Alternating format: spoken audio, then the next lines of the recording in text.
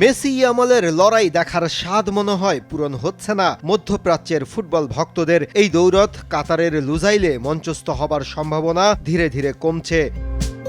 America ইসরায়েলের চাপিয়ে দেওয়া যুদ্ধের রেশ এখনো পুরো মধ্যপ্রাচ্য জুড়ে। গলফ এলাকায় মার্কিন ঘাঁটিগুলোতে ইরানের একের পর এক হামলায় বিপর্যস্ত পুরো আরব। কাতারে মার্কিন ঘাঁটিতে হামলার পর সব ফুটবল ম্যাচ স্থগিতের ঘোষণা দেয় কাতার সরকার। এমন পরিস্থিতিতে ২৭ মার্চ লুজাইলে এই জমজমাট ম্যাচ আয়োজন এখন মুখ থুবড়ে পড়ার অবস্থায়। উয়েফা এখনো আনুষ্ঠানিক ঘোষণা দেয়নি। সংস্থাটি জানিয়েছে আগামী সপ্তাহের মধ্যেই আসবে চূড়ান্ত সিদ্ধান্ত। গ্লিটারের টুইন লেমন ও অ্যান্টিব্যাকটেরিয়াল ফর্মুলা বাসনকে চকচকে জীবাণুমুক্ত করে আমাদের দেয় গ্লিটার গ্যারান্টি। এদিকে ম্যাচটি সরিয়ে নিতে এরই মধ্যে দাবি জানিয়েছে স্পেনের পেশাদার ফুটবলারদের সংগঠন এএফই। তারা জানিয়েছে এমন ভয়াবহ যুদ্ধ পরিস্থিতিতে তারা মধ্যপ্রাচ্যে গিয়ে খেলবে না।